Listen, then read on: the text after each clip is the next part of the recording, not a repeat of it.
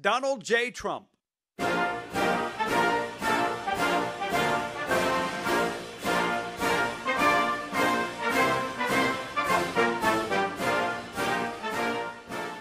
you very much, everybody. Thank you. And good afternoon. My administration has been working around the clock in good faith to reach an agreement with Democrats on additional China virus relief. Already, my administration has enacted over $3 trillion in historic relief, saving many tens of millions of dollars in jobs. And you see how fast the economy is coming back. It does look like it's going to be a very sharp V. We have a tremendous enthusiasm, tremendous spirit, and tremendous job growth. We set a record on number of jobs in the last 3 months. It's the most jobs ever created in a 3-month period during a 3-month period. That's great. Before we begin, I've just signed 2 bills that are great for our vets. Our vets are very special. We passed Choice, as you know, Veterans Choice and Veterans Accountability. And they've been trying to get that passed for decades and decades and decades, and no president's ever been able to do it, and we got it done, so veterans have choice, and now you have accountability that if you don't love your vets, if you're in the VA and you don't love the vets or take care of the vets, you can actually get fired if you don't do your job. We want people that love our vets.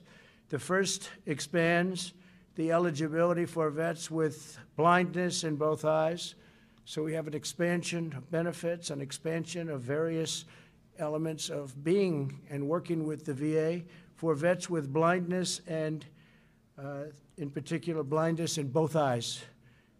And we have a lot of problems with blindness in the VA, and we're doing something about it. They've been talking about this for many years.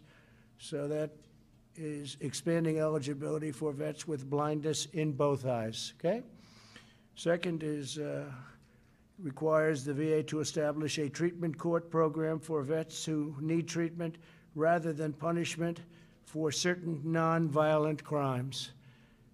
And you know what that all means, and it's really something that they've been trying to get done for a long time. The second requires the VA to establish a treatment court. So this is a treatment court program for vets who need treatment rather than punishment for certain nonviolent crimes. Okay, I think it's self-explanatory.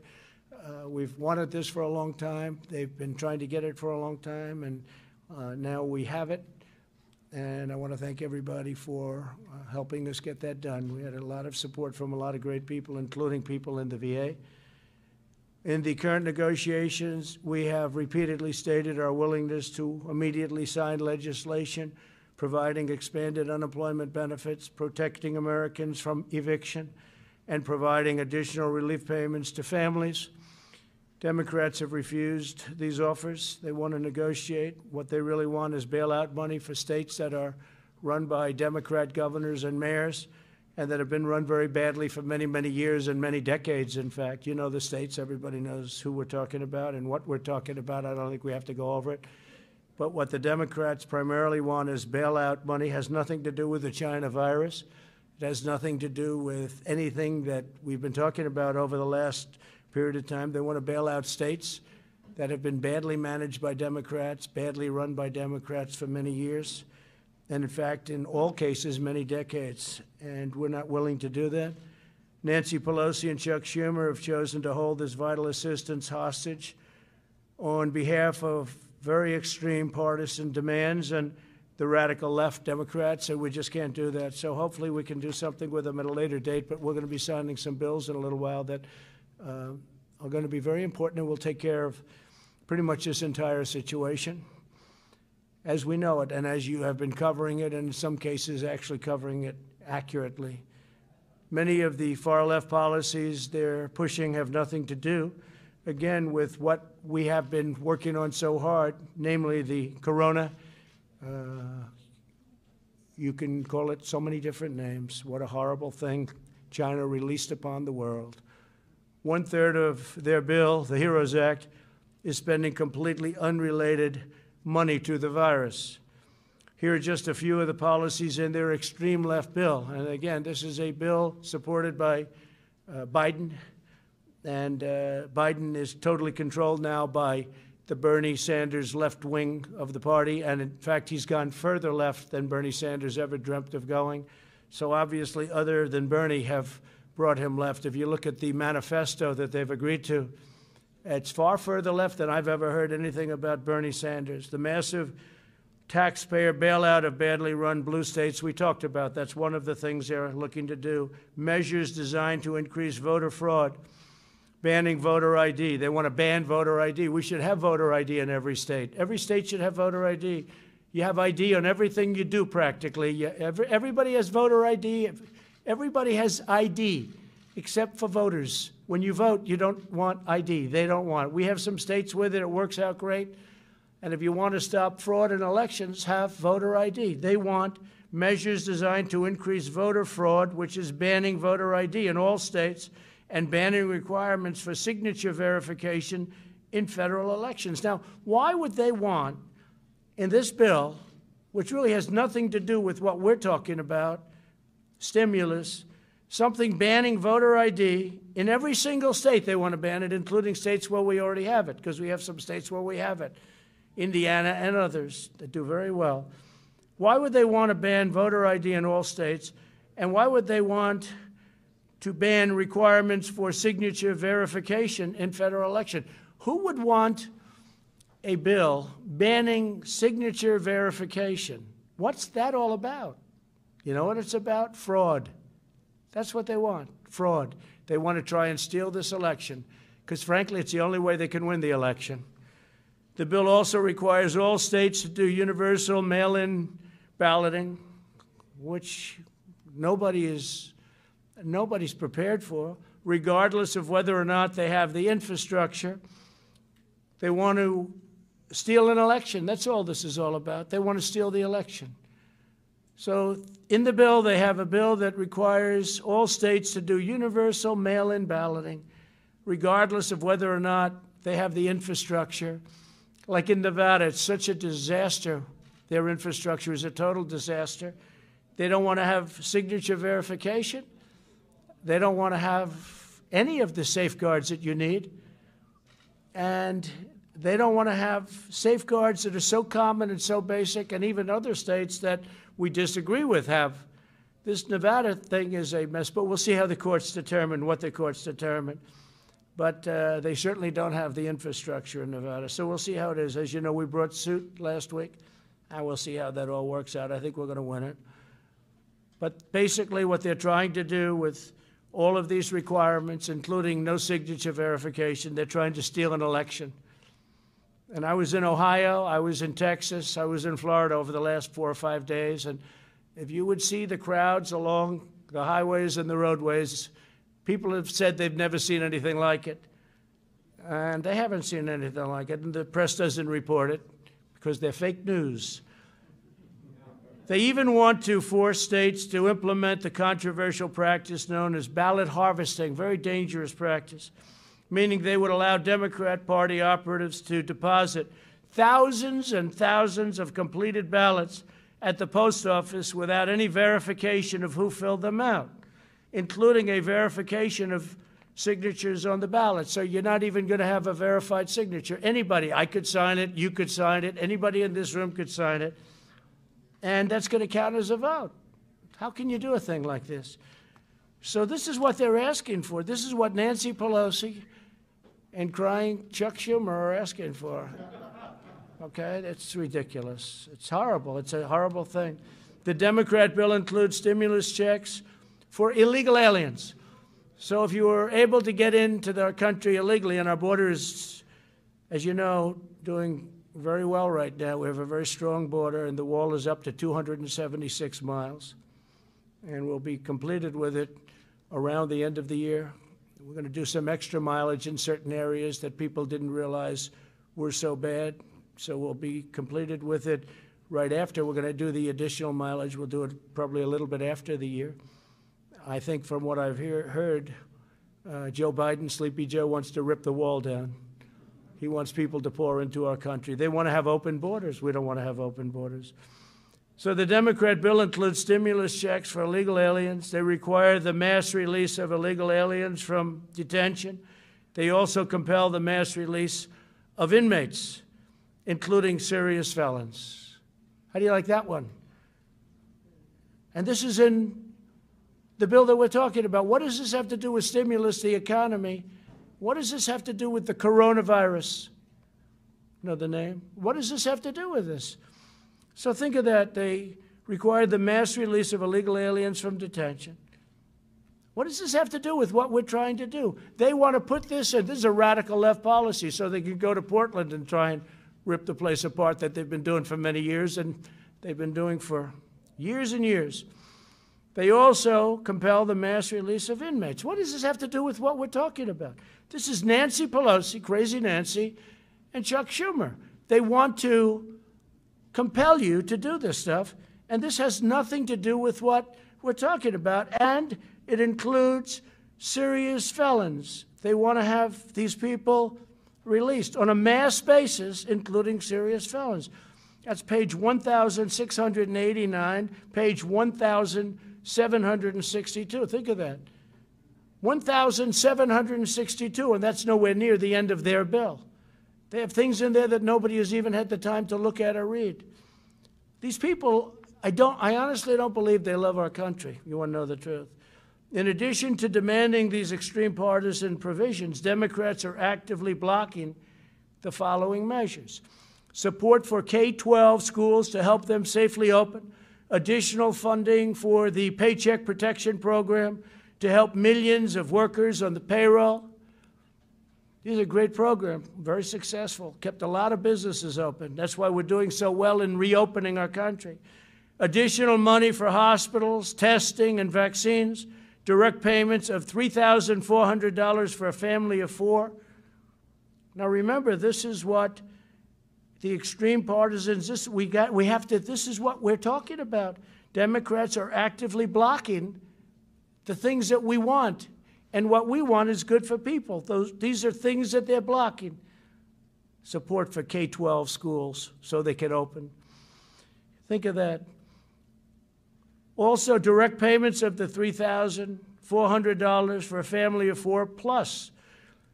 Then funding for child care and mental health care. And you need that, especially when you have so much of a lockdown. You need that. Mental health care. Funding for broadband, airports, and agriculture.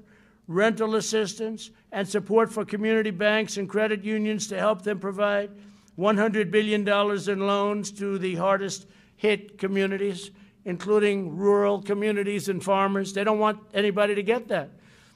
Democrats are obstructing all of it. Therefore, I'm taking executive action. We've had it. And we're going to save American jobs and provide relief to the American workers, and I'll be signing these bills in a very short period of time.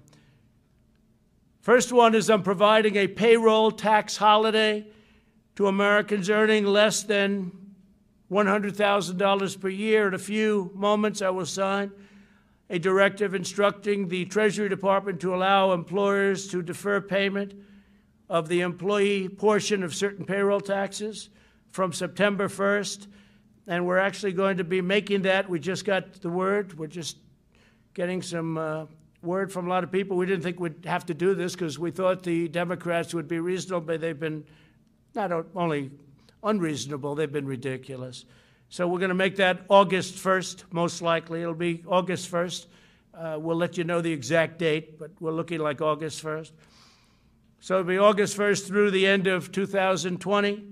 This will mean bigger paychecks for working families as we race to produce a vaccine and eradicate the China virus once and for all.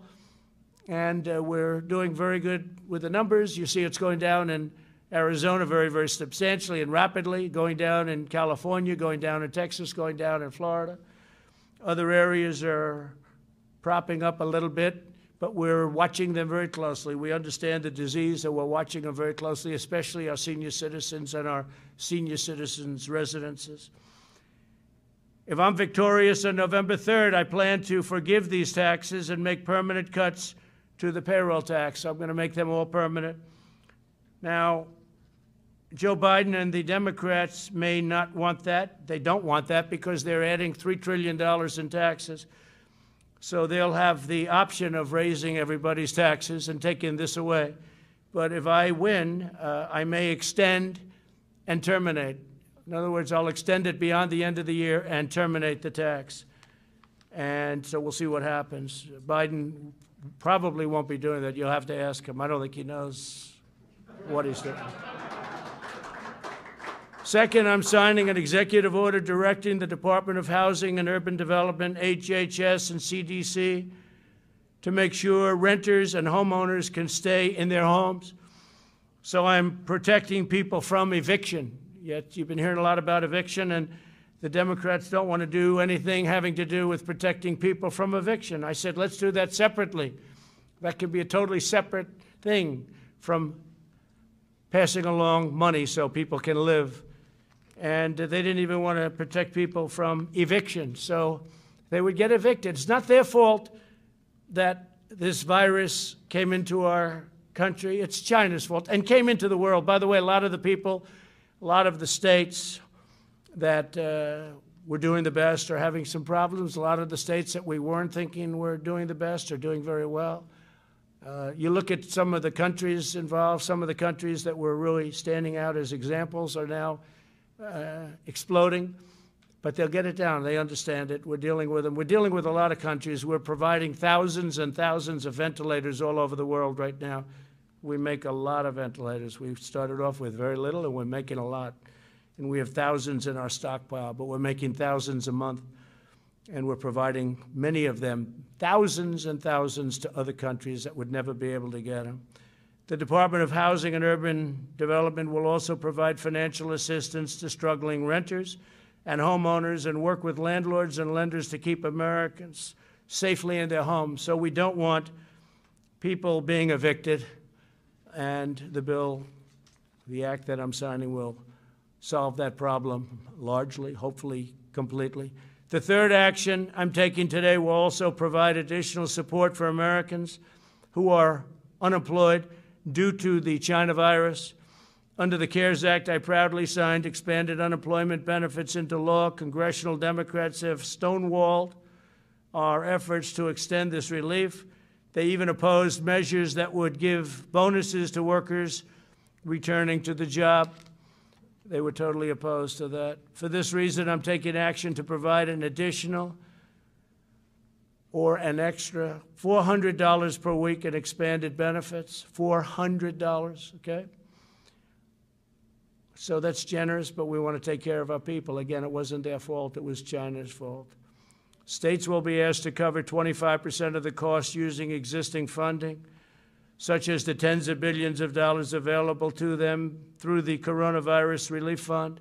Under this plan, states will be able to offer greater benefits if they so choose, and the federal government will cover 75% of the cost. So we're all set up. It's $400 per week, and we're doing that without the Democrats. We should have been able to do it very easily with them, but they want all of these additional things that have nothing to do with helping people. Fourth, I'm signing a directive providing relief to student loan borrowers. Earlier this year, we slashed student loan interest rates to zero. I don't know if people know that because the press doesn't ever report it, but maybe they're watching now. The press doesn't report a lot of good things that are good for the people and good for the country. Earlier this year, we slashed student loans, interest rates to 0%, and suspended student loan payments, and Congress extended that policy through September 30th. Today, I'm extending this policy through the end of the year, and we'll extend it further than that, most likely right after December 1st. So we look like we're going to be extending that. They're paying zero interest. And again, not their fault that their colleges are closed down, and not their fault that they're unable to get what they bargained for. Through these four actions, my administration will provide immediate and vital relief to Americans struggling in this difficult time. And the beautiful thing about this difficult time is we're now coming back and setting records. We'll also ensure that our economic comeback continues full speed ahead, and with the $400 and all of the other measures that we're talking about, and we'll be signing in a little while, that will happen. We're further looking at additional tax cuts, including income tax relief, income tax cuts, and capital gains tax cuts. So we're going to be looking at that capital gains for the purpose of creating jobs, and income tax is self-explanatory, and it'll be income tax for middle income and lower income people, but middle income people, because they pay a lot of income tax, and you do have tax inequality.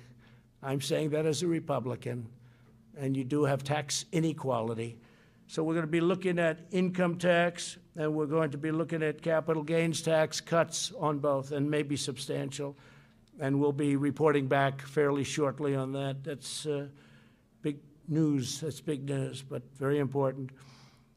We want to have our jobs flourish. We want to have our companies do great. We want to have the 401ks, which are now at a level, if you look at the stock market, it's great. If you have stocks in NASDAQ, you're higher than you ever were, including even this is still during the pandemic, the stock market, because they see such incredible things happening, smart people. The stock market is at almost an all-time high. We're just short of it, and NASDAQ is higher than it ever was. It's broken the record 14 times in the last couple of months. So 401ks are doing fantastically. I hope you kept your stocks. I hope you didn't sell. I hope you had confidence in your president and confidence that your president was going to be reelected. And I will tell you this, that the biggest tailwind, the biggest problem that we have with respect to the stock market, which is not much of a problem because it's doing so well, but it would be actually much higher, is the possibility that these radical left Democrats could win. And if they win, we're going to have a crash. We're going to have a terrible problem because they're going to raise taxes, $3 trillion worth of taxes. And that's going to affect everybody from middle income to upper income to jobs to companies. Your 401ks will go down like a rock. Your stocks will go down like a rock. You know, and don't forget, these big companies, you have stocks in these companies. You know, you own stocks. And they have millions and millions of shareholders. And whether it's pension funds or anybody else, you all have stocks. So they're big companies, but a lot of people own that stock, and we want to keep it going. But we do have, I guess you could say, not a tailwind, it's a headwind, I guess would be a better description, but it is, it's a headwind. And when you think of it, that's, in my opinion, it would be much higher. But you look at what they want to do. They want to raise everybody's taxes, everybody. And they want to do the Green New Deal, which will decimate our country and decimate, it's ridiculous too, it's childish.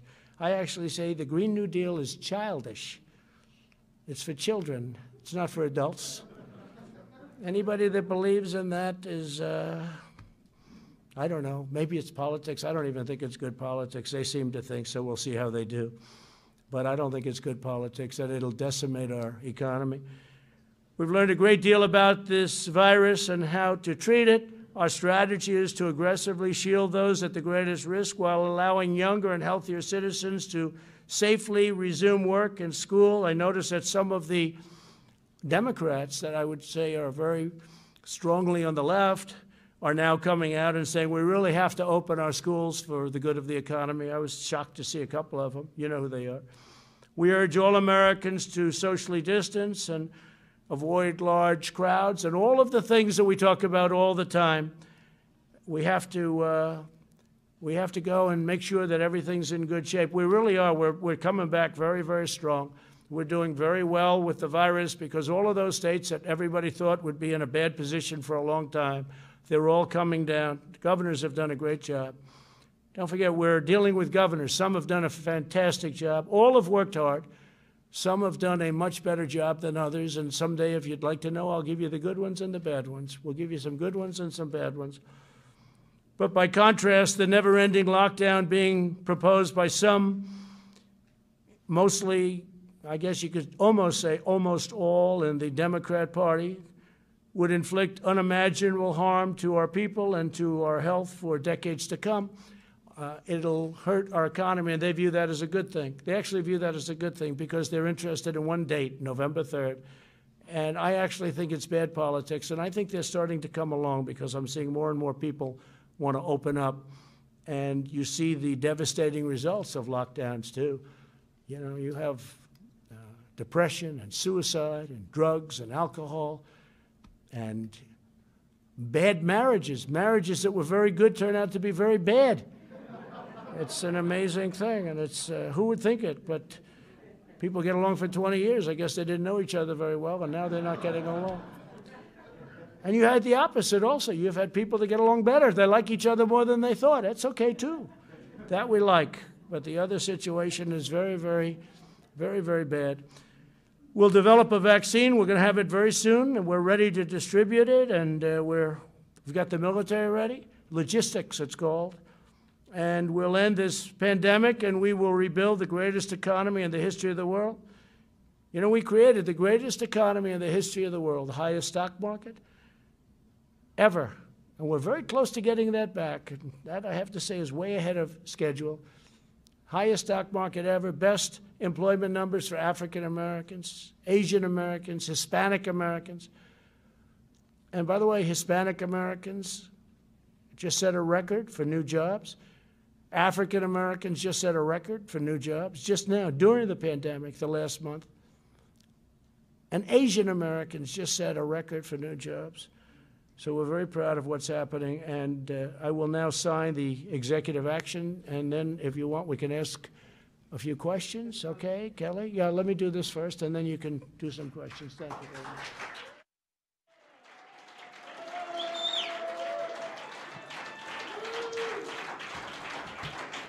Okay, good.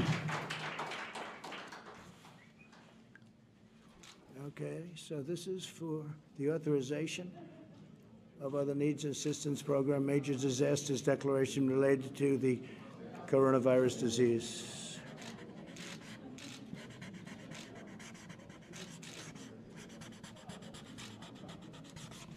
Okay, got it?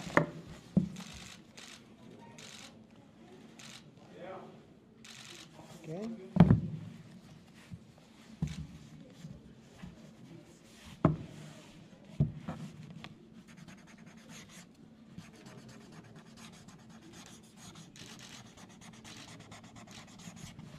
So this is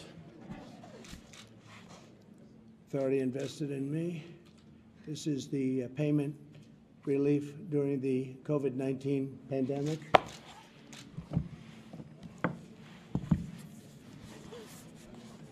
This is fighting the spread of the COVID-19 by providing assistance to renters and homeowners. We're doing assistance.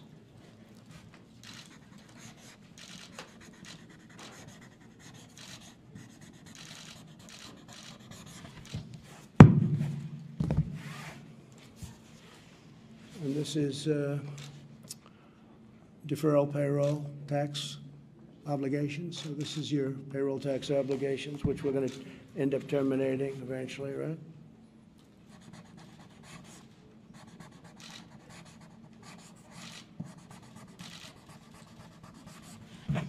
How many pictures can you take over there? I mean, you're taking hundreds of pictures. What are you doing? Okay. I will.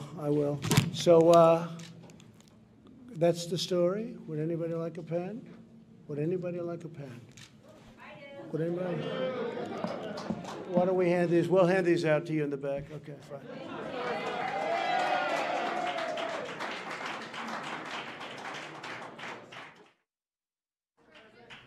Yes, please. Yes, sir. Can we start with the $400, sir? So, just wanted to get your reaction. So, you're saying the states will have to cover some of this cost, sir. Which governors have told you that they would sign on? Well, if they don't, they don't. That's up to them. But if they don't, they don't. That's going to be their problem. I don't think their people will be too happy. They have the money, so I don't think their people will be too happy. But if they don't, they don't. But again, the states have the money. It's sitting there. All right, Kelly. Sir, why did you decide on $400 when previously families were receiving $600? Yeah. That will be a hardship for many. What do you say to them? Well, no, it's not a hardship. This is the money that they need. This is the money they want, and this gives them a great incentive to go back to work. So this was much more than was originally agreed. The 600 was a number that was there, and as you know, there was difficulty with the 600 number because it really was a disincentive. Yeah, go ahead, please. Mr. President? Sir, the payroll tax cut was opposed by both parties on Capitol Hill. Can you give your rationale as to why you think that's so important, particularly since it's not enough Americans? Okay. It helps people greatly. It helps our country get back. And anybody that would say anything different, I think, is very foolish. Everybody wanted it. By the way, the Democrats want it. The Republicans want it. They just couldn't get it. They just couldn't come to an agreement. But everybody wants it. And the very important thing is the people want it, and the people need it, actually. Mr. President, Yeah. Mr. President, you said that this will pretty much take care of the entire situation, but as you said, there's not money for reopening schools, other important items. Is your administration willing to go back to Democrats to try to actually? Well, the answer is yes, but we have money to do other things. So we have a lot of money that was unspent, and we'll be able to do things with the money that was unspent. We have significant money that was unspent, and we will be able to use that for different purposes. Go ahead. Mr. President, Go ahead. when will this relief get in the hands of Americans that need it? What date? We think it's going to be very rapid. We want it to be very rapid. It's going to be distributed in a way that, whichever the fastest way, there are various methods, and it will be rapidly distributed. But you're also expecting legal challenges with this, right? I didn't say that. No, I didn't say that. Yesterday, sir, you said that you were expecting What I said is people can do whatever they want. I guess maybe they'll bring legal actions, maybe they won't, but they won't win. They won't win. If legal action is brought against you on this, why not just work with Congress on this deal? Well, I'm not saying they're not going to come back and negotiate. They might very well come back and negotiate. You're signing an executive order today, and Americans want to know when they're going to see this relief. Very soon. They're going to see it very soon. Look, there it is, right there. Excuse me. There it is, right there. Go ahead. Mr. President, though, this is expected to be tied up in the court, so this relief is either going to be delayed or. Oh, I don't think so. I think this is going to go very rapidly through the courts. This will go very, if we get sued, maybe we won't get sued. If we get sued, it's somebody that doesn't want people to get money, okay? And that's not going to be a very popular thing. Go around Congress. Are you trying to set a new precedent that the president No, can go around no. Congress and decide? how You ever to- hear the word obstruction? They've obstructed. Congress has obstructed. The Democrats have obstructed people from getting desperately needed money. Go ahead, please, right here. President, No, you're finished. Go ahead, please. Please. Go ahead. Veterans' choice, it was passed in 2014. Okay, excuse me. Go ahead, please. It's a false statement, sir. Okay. Thank you very much, everybody. Thank you very much.